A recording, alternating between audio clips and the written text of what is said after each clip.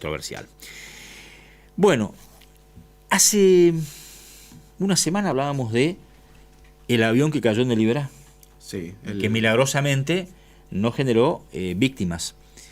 ¿Y te acordás que mencionamos que a finales de la década del 70 hubo un suceso que había generado una gran conmoción? Me acuerdo una etapa de la revista Gente, me acuerdo Telenoche cubriendo el suceso, me acuerdo toda la gente del Canal 13 de Corrientes también conmocionada por la situación, porque era una época en donde el Liberá estaba muy lejano en el tiempo y muy lejano en la geografía y muy lejano en la mente, hasta inclusive de la mayoría de los correntinos.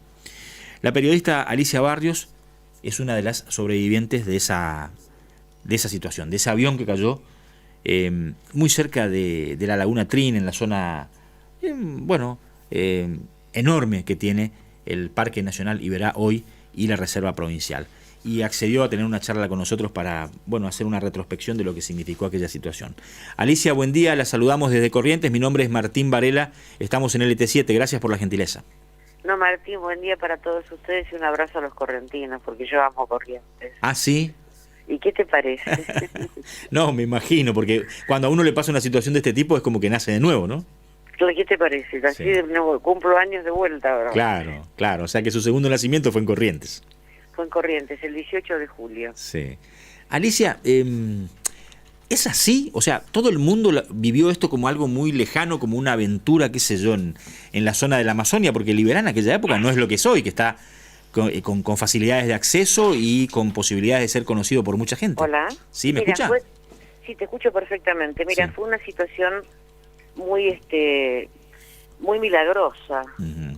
Y muy especial, porque yo era muy joven y una periodista que ya venía pegando fuerte. Sí.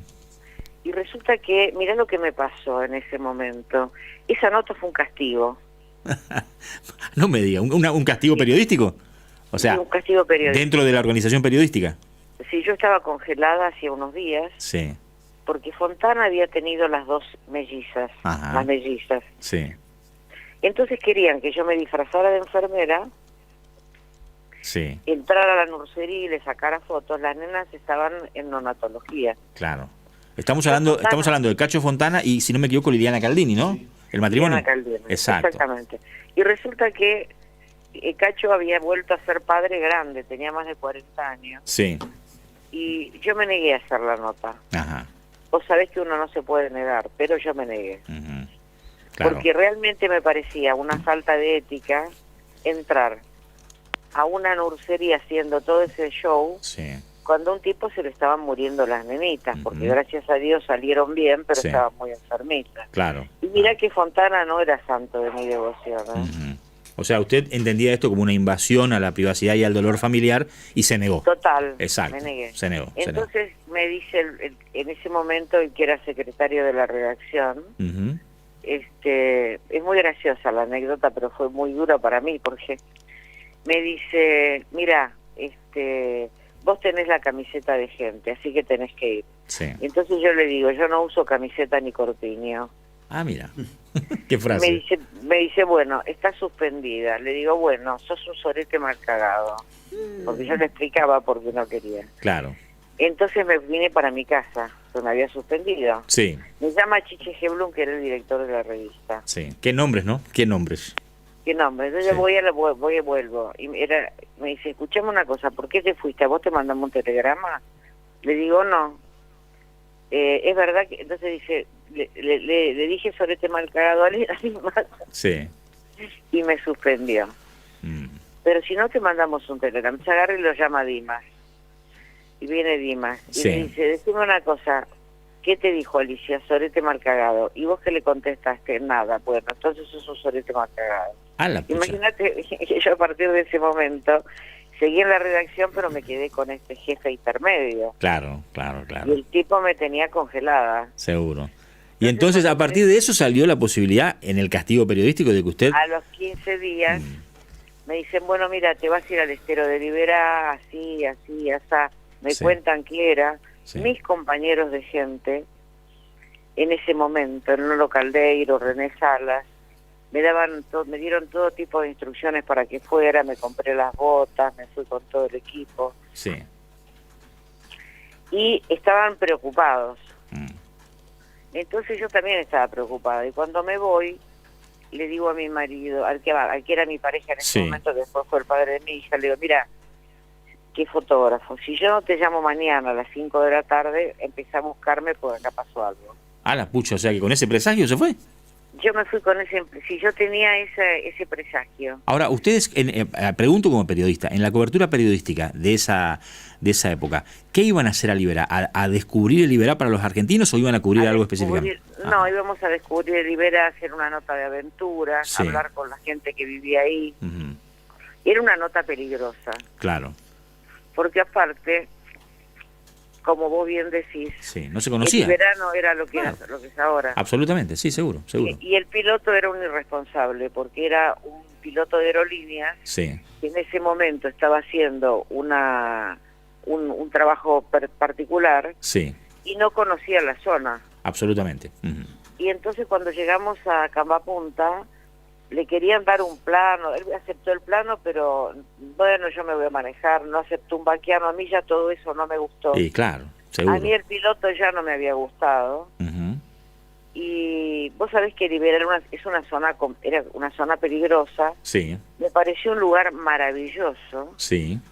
Estuvimos sobrevolándolo, porque íbamos en un avión anfibio, que era un Leica Buccaneer, que andaba por agua y por aire. Y desde arriba es mucho más bello, ¿eh? Desde arriba es hermosísimo. Mucho más bello. Y aparte volando no tan alto. Claro. Y por otro lado, era un avión anfibio, pero yo creo que tenían intención de comprarlo para la editorial, una cosa por el estilo, y bueno, estábamos probándolo. El tema es que ya nos estábamos volviendo. Eran las 5 de la tarde, porque no encontrábamos a nadie para entrevistar. Claro. ¿Y ustedes estaban volviendo a las 5 de la tarde? ¿En invierno? Eso es prácticamente los últimos momentos de luz. Ya comienza a complicarse. En ese momento nos saludan desde abajo unas personas, unos isleros. Entonces bajamos, hablamos con ellos, hicimos la nota. Y bueno, terminamos la nota, volvimos a subir, y cuando sube el avión, viste, empezó a carretear, y de golpe cuando ya estábamos en el aire, era como una luz que te encegueció, un sol que nos encegueció, y empezó a dar vueltas y a caer. A la pucha. Y yo vi que se partía el ala, y en ese momento lo que dije fue, nos estamos dando la piña. Cuando terminé de decir piña, estábamos arriba del pantano. En ese tramo, que fueron segundos, yo vi todo gris. Todos vimos grises, porque por un efecto que te produce la caída, vos ves gris por un efecto que te produce en el cerebro. O sea que usted pensó lo peor. En realidad no llegué a pensar nada, porque ya estábamos abajo y nos movíamos mucho. Y salimos inmediatamente, yo salté al ala del avión. Y empecé a agradecerle a Dios, porque vi ese sol, viste, ese día impresionante que todavía era. Y me di cuenta que estábamos vivos. Yo ni pensé cómo íbamos a salir. Alicia, ¿el avión quedó apoyado en el agua o en los embalsados de Liberá? Esa vegetación que muchas veces hace como de una... Ahí quedó. En los embalsados. Era como un pantano. Exacto. Y entonces vino la gente que nos despidió, vino con canoas a buscarnos. A ver qué pasaba. O sea que los rescataron ellos. Nos rescataron los isleros, y ahí nos quedamos haciendo noche hasta las 5 de la mañana, que salimos en canoa hasta Yajaveré. Claro, estamos hablando de una época en donde no había teléfonos celulares, donde la comunicación en Liberá prácticamente no existía. Absolutamente nada. Así que me imagino que después del accidente, toda la gente que estaba pendiente de ustedes a la hora de, qué sé yo, recibir una comunicación de cómo había sido el día, ya pensó lo peor, porque no... Ya pensó lo peor. Nosotros escuchábamos los aviones que nos buscaban para rescatarnos, pero no nos veían. Alicia, buen día, lo saluda Diego Romero. Varias preguntas. La primera, ¿era usted el piloto y alguien más? Y la segunda, comentó recién que la rescataron y fueron hasta Yajaveré. Quiere decir que el primer poblado cercano fue Concepción, ¿no? Fue claro. Fue Yajaveré, que había... Mira, fue Yajaveré, iba yo con el piloto un personal de la firma del avión Sí. y el fotógrafo, éramos 4 personas. Ujú. El reportero gráfico, ¿no? ¿De qué altura más o menos cayeron ustedes, Sacó una Juan? foto, mira, vos sabés que eso no te lo puedo decir, Ajá. porque lo que sí te digo es que estábamos ya en el aire y arriba. Ajá. ¿Ninguno sufrió heridas de consideración? No, nada. Lo que sí te digo es que a mí lo que me pasó fue una experiencia muy fuerte con la fe, Sí. porque te imaginás que a partir de ese momento Ujú. yo me di cuenta que me había salvado porque la decisión de Dios era que me quedara en la vida. Sí. Alicia, ¿sabe que yo conversando con gente que conoce de aviación, a partir del suceso que ustedes vivieron, me dijeron que casualmente la situación de caer en la zona de embalsados fue la verdadera bendición, porque el embalsado actuó como un amortiguador, o sea, como algo Sí, que tal cual. que se hundió al recibir el impacto y los volvió a sacar hacia arriba para evitar Tal cual. el choque contra algo muy duro, ¿no? Ujú. Sí, yo me di cuenta inmediatamente de eso. Sí. El tema fue, te digo, durante toda la noche la supervivencia para mí fue una experiencia extraordinaria, Ujú. porque ahí había una mujer que se llamaba Daniela, una señora mayor, Sí. que me tapó con su poncho, era una tapera, Ujú. me mostró donde dormía, sus santitos que tenía, Sí. hablaba una especie de guaraní mezclado con castellano, Ujú.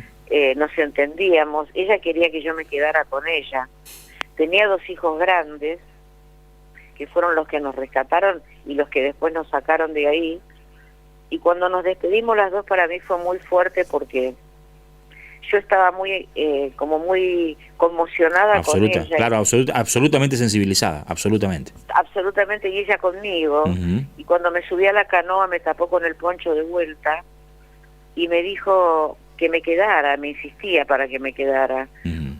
Pero bueno, yo me tenía que ir, obviamente. Y vos sabés que fue tengo recuerdos de maravillosos, porque tenían varios perros. Pero había uno que se llamaba Respeto. Ah, mire usted, qué nombre. Un nombre que aparte te inspiraba respeto porque era negro y enorme. Sí. Y tenían un loro que se llamaba Cabo Siberi, no sé por qué. Y resulta que mira como me acuerdo tal cual estuviera en ese momento. Y vos sabés que el piloto se puso a gritar porque yo le dije no bajemos, sigamos, cuando nos saludaron esos. Sí. Y empezó a gritar, ¿por qué no te habré hecho caso, Alicita? Y el loro se puso a repetir. Claro, repetía ese tipo de cosas. Alicia, ¿y se volvió a reencontrar con Daniela o regresó liberado? No, vos sabés que no, es una cosa increíble porque yo hubiera necesitado, murió Daniela, estuve en contacto con los nietos no hace mucho, hablé por teléfono, que me puso en contacto un jardinero de mi barrio, Sí. Seguí la evolución de Libera. Lo que pasa es que a mí, profesionalmente, por mi carrera, me empezó a llevar el mundo. Ujú. Al año siguiente de lo que yo te estoy contando, estaba en la guerra de Irak. Claro. Estaba en Irán y lo entrevistaba Boitila cuando venía de esa guerra. Ujú. O sea que era muy joven, pero venía con una carrera que venía pisando fuerte. Lo que sí te digo, que fue algo muy impresionante, la cobertura que tuvo esa nota, primero porque todos nos daban por muertos. Sí.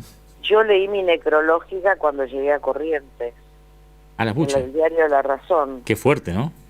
Muy fuerte, sí. ¿Cuánto tiempo estuvieron sin tomar contacto con los que estaban esperando su retorno? ¿Cuánto tiempo pasó?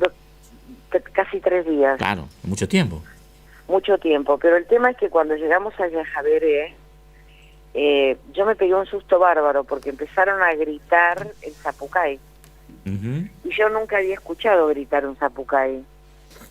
Es un grito Con lo característico cual del hombre de me asusté campo. porque no Sí. sabía qué pasaba. Sí. Y ahí había un cementerio y había un paraje con una señora que tenía un nene que se llamaba Baltasar, Sí. que estaba haciendo tortas fritas para nosotros. Nos recibieron así. Te aclaro que toda la noche estuvimos navegando en la canoa. Se largó a llover. Claro. Sacábamos el agua de adentro de las canoas con un tachito. Fue toda una experiencia. Bueno, una aventura cuando llegamos completa, por decirlo, ¿no? Claro, cuando Absolutamente. llegamos a Yajaveré tocamos tierra firme y a partir, y había un cementerio ahí. Ujú. Entonces estoy tomando mi mate cocido de la mañana. Está ¿no? bien. La estaba- mejor bebida de la mañana. La mejor bebida. Y estaba mirando, bueno, yo estaba muy atenta a todo con ese nenito que se llamaba Baltasar, que tenía unos 5 o 6 años, yo tenía marcadores y le hacía dibujitos, mientras nos fueron a buscar un sulky, fueron a caballo, los hijos de la señora esta que estaba en ese lugar, esperándonos, y vino el sulky con un señor que se llamaba Villagra. El sulky con 2 caballos, burros, bueno, y ahí nos fuimos y emprendimos otro camino muy largo de tierra, donde fui mirando un paisaje maravilloso, porque vos veías el ganado y veías los cardenales encima de la cabeza. Era un lugar paradisíaco. No, es un lugar paradisíaco, es verdaderamente maravilloso. Te digo una cosa, en ese momento no me picó un mosquito. Las lampalaguas nos pasaban por al lado, no me pasó nada. Bueno, Alicia, a ver, la saco brevemente del Liberá, porque me han dicho que usted es una persona que maneja mucha información del Papa Francisco.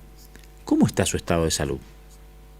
Mira, el problema de la rodilla que tiene, lo tiene desde que yo lo conozco, hace más de 25 años. ¿El problema de la artrosis en la rodilla? El problema de la rodilla, que le duele, que le molesta. Mira, salíamos caminando para la procesión y se quejaba, no sé, que me va a doler, que si va a llegar, que bueno. Después se olvidaba, caminábamos. Él caminaba mucho en esa época. Lo que le pasó ahora, porque yo la última vez que lo vi en noviembre, después de la pandemia, pues yo viajo 6 veces por año a Roma, porque estoy de corresponsal en Italia, en el Vaticano. Es que después de la operación estaba fantástico, estaba delgado, bárbaro. Estaba espléndido, pues yo fui a verlo a él, fui con Nelson Castro porque presenté el libro de Nelson, La salud de los papas allá, que le hice el prólogo, él estaba encantado con ese libro. Estuvimos como 1 hora, un encuentro muy emotivo, y lo vi bárbaro. Lo que pasa es que a él le gusta comer. Y aparte hay un convento de monjas que es la que cocina. Imagínate, ¿quién le va a decir, usted está acá, come, no come más? Seguro. Es el Papa. Debe ser difícil, ¿no? Es muy complicado, yo le digo, pero a ella ¿qué le van a decir? No le van a decir nada. Seguro. Bueno, engordó, hizo un muy mal movimiento, se le estiraron los ligamentos de esa rodilla. Y eso lo tiene a maltraer. Con el peso y aparte el chaleco de seguridad, eso es lo que le produce ese dolor tan fuerte, le cuesta descansar. Bueno, ahora está con la silla de ruedas, le están haciendo fisioterapia porque no lo pueden operar porque tiene un estiramiento, no tiene una rotura. Sí, o sea que con kinesiología y con el control de peso probablemente comience a mejorar. Exactamente, pero el tema es que si lo llegaran a operar, es una operación que dura un poco más de media hora y es con anestesia local. Todo eso que dicen de la anestesia es una mentira, que le tiene miedo a la anestesia. Es mentira. Es simplemente local, claro. Lo que hay detrás de toda esta versión de renuncia, de todo esto, es que él ha hecho toda una reforma muy importante de la curia, muy importante, donde termina con los corruptos, cambió la curia, la cambió. Y va a tener el 60% de cardenales bergoglianos nuevos que nombra él, con lo cual en el cónclave va a tener mayoría. O sea, usted ve fundamentalmente una cuestión política interna del Vaticano detrás de todo esto. No, terrible. Mira, yo te digo una cosa, yo he visto internas, pero nada, ni la de los sindicalistas, ni nada como esto, es terrible. Con lo cual yo me voy a estar allá a fin de agosto, porque obviamente esto lo tengo que cubrir, es un evento muy importante. Por eso le están haciendo esta campaña para matarlo en todas partes. Sí, llama la atención la forma en que este tema entró con tanta fuerza en la agenda periodística, ¿no? Claro. Pero escúchame, entró en la agenda periodística, empezaron los Estados Unidos con la derecha recalcitrante que tiene. No te olvides que Dolan, el cardenal de New York, que iba a ser que era el opositor de él, ese tipo más de la derecha más absoluta, ¿no? O sea que usted cree que los sectores más conservadores son los que están empujando esta situación, pero que... No tengo dudas, Martín, no tengo la menor duda. Es que es así.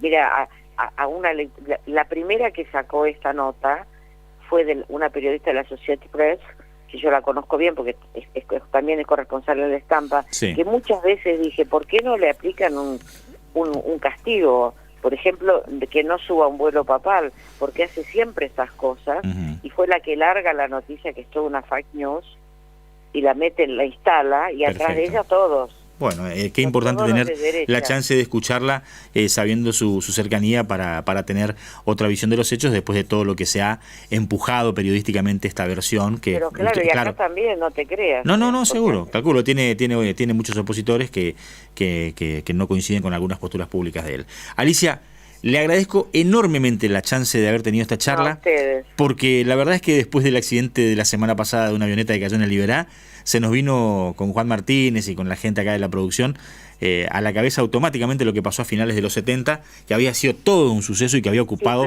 la primera plana durante 2 o 3 días, ¿no? Sí, quiero decirte una cosa, ocupó la primera plana durante mucho tiempo. Lo que sí te digo es que tuvo una desmedida promoción, porque en ese momento estábamos en pleno proceso militar. Y de este tema se podía hablar. Claro, no es un tema no es un tema con trascendencia política o que se enfoque en otras cuestiones. Estoy diciendo, por eso tuvo una trascendencia impresionante. Sí, de todas maneras hay que reconocer algo, Alicia, ¿no? En aquella época, como dijimos los dos, el Liberá era una situación lejanísima, era como pensar hoy, qué sé yo, en el centro del Amazonas, por decirlo, ¿no? Una zona de dificilísimo acceso y, qué sé yo, se lucubraron las más locas teorías respecto de todo esto. Por eso me parece que la charla fue muy oportuna como para ponernos en contexto de lo que era a finales de los 70 Liberá. Alicia, le mando un beso enorme, le agradezco muchísimo y muchísimas gracias. Alicia Barrios, ella es una periodista con enorme vigencia. En su momento era, como nos contó, una de las grandes periodistas de la revista Gente. Ustedes escucharon los nombres en cuestión, el secretario de redacción Chiche Helblum. ¿Qué te parece? Exacto. Bueno, también todo lo que pasó en aquella época, 3 días, imagínense, ¿no? Sin comunicación y sin saber nada de ellos. Se pensó lo peor. Claro. Se pensó lo peor. Y terminó ahí en la zona de Yajaveré y lo rescataron. Sí, la gente buena de Corrientes, ¿no? Sí. La gente buena de Corrientes. Tere, ¿nos vamos a la pausa? Sí, señor. Las personas entre 14 y 16 años